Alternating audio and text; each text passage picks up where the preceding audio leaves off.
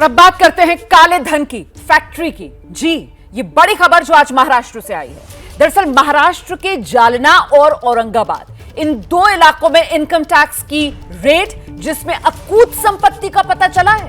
ये जो छापेमारी हुई है जालना में और औरंगाबाद में, 390 करोड़ की संपत्ति का पता चला। 58 करोड़ तो कैश मिला है, 16 करोड़ के सोने के गहने मिले, हीरे, मोती, जेवरात और 300 करोड़ की बेहिसाब संपत्ति भी शामिल है। आपको बता दें कि यह सारी बरामदगी जो है वो एक दिन में नहीं हुई है, बल्कि बाकायदा 8 दिन तक इनकम टैक्स डिपार्टमेंट की यह रेड चली है। इसी महीने, अगस्त के महीने 1 तारीख से लेकर 8 तारीख तक इनकम टैक्स डिपार्टमेंट ने रेड की, कार्रवाई की और तब जाकर छापेमारी में 300 के करीब अधिकारियों और कर्मचारियों को लगाया गया। 120 गाड़ियों का इस्तेमाल किया गया। औरंगाबाद में एक बिल्डर बताया जा रहा है। जालना में स्टील प्रोडक्शन करने वाली 2 कंपनीज हैं जहां पर इस कार्रवाई को इनकम टैक्स विभाग ने अंजाम दिया है। हम सीधे रुक करेंगे। मेरे साथ इस वक्त मेरे 2 सहयोगी मौजूद हैं, सूरज ओझा और मृत्युंजय सिंह। पहले मृत्युंजय का रुख करेंगे और उनसे जानते हैं कि ये जो 390 करोड़ की बरामदगी हुई है, ये काले धन की जो फैक्ट्रियां सामने आई हैं, इनके बारे में और क्या डिटेल सामने आ रही हैं?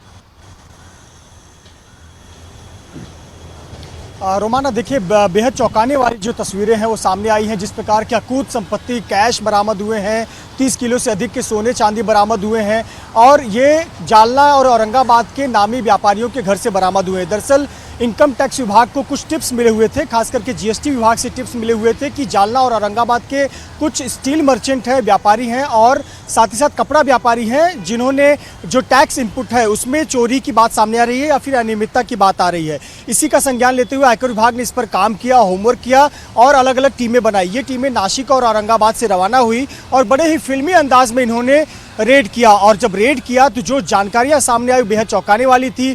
3 दिनों तक तो उन्होंने ये बात किसी को बताई ही नहीं कि रेड चल रही है, क्योंकि उन्हें अंदाजा था कि इसका दायरा बहुत ज़्यादा बड़ा है, इसमें कुछ ही व्यापारी नहीं है बल्कि जालना औरंगाबाद के और भी ज़्यादा व्यापारी हैं।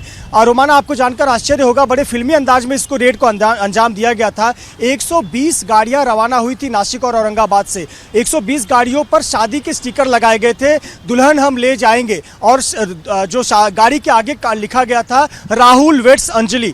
तो इस प्रकार की गाड़ियों पर स्टिकर लगाए गए थे और 120 गाड़ियां जालना शहर में दाखिल हुई और 3 तारीख की दोपहर को रेड को अंजाम दिया गया। लेकिन तब तक किसी को संदेह नहीं था। कुछ लोगों को इन गाड़ियों का काफिला देखकर लग रहा था कि लगता है कोई शादी बारात है। कुछ लोगों के मन में सवाल था कि श्रावण महीने में कौन सी शादी होती है। लेकिन जैसे 3 दिनों तक इसे बहुत गुप्त रखा गया, 3 दिनों बाद इनकम टैक्स के अधिकारियों ने स्थानीय पुलिस को सूचना दी। इसके पहले स्थानीय पुलिस को भी सूचना नहीं दी थी। और जब रेड करते गए, सबसे पहले स्टील व्यापारियों के यहाँ रेड किया गया, क्लॉथ मर्चेंट कपड़े के व्यापारियों के यहाँ पे रेड किया गया, तो कैश मिलना शुरू हुआ। और कैश कहाँ कहाँ मिला? अलमारी के नीचे मिला, जमीन के हिस्से में दबा हुआ था, या पलंग के अंदर छिपाया गया था, या इस प्रकार के अलमारी में छोटे छोटे कपड़ों में लपेट कर रखे गए थे। और लगातार जब कैश मिलने का सिलसिला शुरू हुआ तो ये सिलसिला अगले 8 अगस्त तक, यानी परसों तक ये सिलसिला खत्म नहीं हुआ। इसके बाद में जरूरत थी कि इन पैसों की काउंटिंग की जाए। इतना ज्यादा कैश था 58 करोड़ का, इसकी काउंटिंग कैसे होती? तो इसके लिए बाकायदा नजदीक का स्टेट बैंक ऑफ इंडिया के एक ब्रांच को समय मांगा गया, वहां पर जगह मांगी गई और बैंक के जो मशीनें होती है, काउंटिंग मशीनें, उसका इस्तेमाल किया गया और तब काउंटिंग की गई तो पता चला सिर्फ 58 करोड़ के तो कैश हैं, 20 करोड़ से अधिक के तो आभूषण हैं। इसके अलावा 300 करोड़ के बेनामी संपत्तियां हैं और ये संपत्तियां अलग अलग लोगों के नाम पर हैं। तो इस प्रकार से इस पूरे रेड को अंजाम दिया गया। 3 तारीख से लेकर आज तक अभी भी रेड चल रही है। आयकर विभाग के सूत्र बताते हैं कि ये जो दायरा है अभी और बढ़ रहा है। अभी कुछ व्यापारियों के यहाँ पर रेड की गई, जिसमें 4 स्टील मर्चेंट है, 2 बहुत बड़े नामी जालना के स्टील मर्चेंट है, व्यापारी हैं, और इसके अलावा क्लॉथ मर्चेंट हैं। इन सभी के यहाँ पर रेड की गई, जिसमें अकूत संपत्ति मिली हुई है और इस जांच का दायरा और बढ़ाया जा रहा है। रेड अभी भी जारी है और इसमें और भी संपत्ति जब्त हो सकती है। जी। तो बड़ा दिलचस्प है जो पूरा ब्यौरा यहां पर मृत्युंजय की तरफ से रखा गया कि देखिए किस तरीके से 120 गाड़ियां जो इनकम टैक्स डिपार्टमेंट ने इस्तेमाल की और बाराती बनकर गए ताकि किसी को कानो कान भनक ना लग सके, और बदले में हाथ क्या लगा? 390 करोड़ रुपए का नेग। ये हैं शर्मा जी जो रात का खाना और देश दुनिया की सुर्खियां दोनों लेते हैं सुमित अवस्थी के साथ। अब ये हैं इनके पड़ोसी बनर्जी साहब।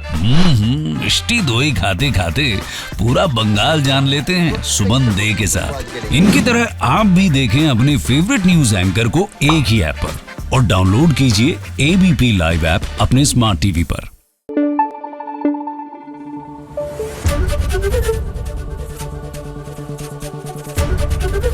एबीपी न्यूज आपको रखे आगे।